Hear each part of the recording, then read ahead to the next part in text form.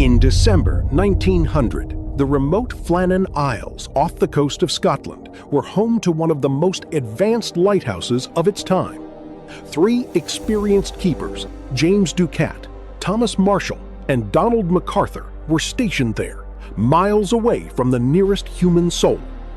The lighthouse was their sanctuary, but on a cold winter night, it became a stage for a mystery that would baffle investigators for over a century. When a supply ship finally arrived on December 26th, the crew noticed something deeply wrong. The lighthouse was silent. No flag was flying, no supply crates were left out, and the lamp wasn't lit. For a lighthouse, this was unheard of. The captain signaled with a whistle and a flare, but there was no response. The island remained deathly still, hiding a secret that would shake the maritime world to its core. The crew stepped onto the island. The sense of dread was overwhelming. They entered the lighthouse and found the door unlocked. Inside, everything was strangely orderly. A meal of meat and potatoes lay half-eaten on the table. A chair was overturned, and the beds were neatly made. It looked as if the men had simply stepped out for a moment, yet they had been gone for days. The most chilling discovery was the lighthouse logbook. The final entries, written by Thomas Marshall, described a storm of terrifying intensity. But here's the catch. The weather reports from passing ships at the time confirmed that the skies were perfectly clear. Why would 3 seasoned keepers report a monstrous storm that didn't exist? And why did they write about each other weeping and praying in fear? The logbook entries became more frantic as the days went on. They mentioned an unknown, cruel force approaching the island. On the final day, the entry simply read, "Storm past, sea calm. God is over all." But when the investigators checked the lighthouse equipment, they found clocks stopped and the machinery locked in a way that couldn't be explained by a simple accident. Locals believed in ancient folklore, claiming a giant sea beast had dragged the men into the dark depths.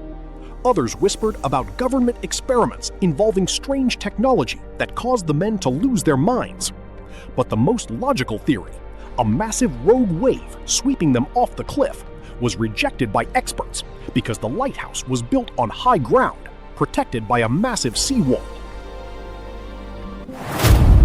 Some psychologists suggest the isolation caused a collective breakdown, a phenomenon known as island madness, where the men turned on each other in the darkness. But this doesn't explain the missing equipment, the stopped clocks, or the calm demeanor of the scene. The evidence suggests they didn't just walk away, they were taken by something they couldn't fight. In the decades since, investigators have revisited the island, using modern forensics to find any trace of the men. They found nothing. No bodies, no clothes, no footprints in the mud. It is as if the island itself swallowed them whole. The lighthouse still stands today, but it's no longer manned.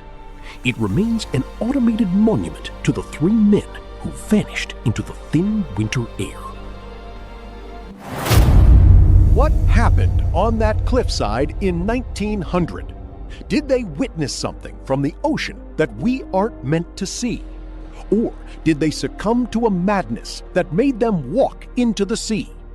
The Flannan Isles mystery isn't just about 3 missing men. It's about the terrifying realization that in the deep, dark corners of our world, you can be surrounded by nothing but water and still be hunted. We may never know the truth. The logbook ended, the light went out, and the men became part of the island's history. Every time the wind howls against the lighthouse walls, it sounds like a faint whisper of their final moments. Some mysteries are not solved, they are simply endured.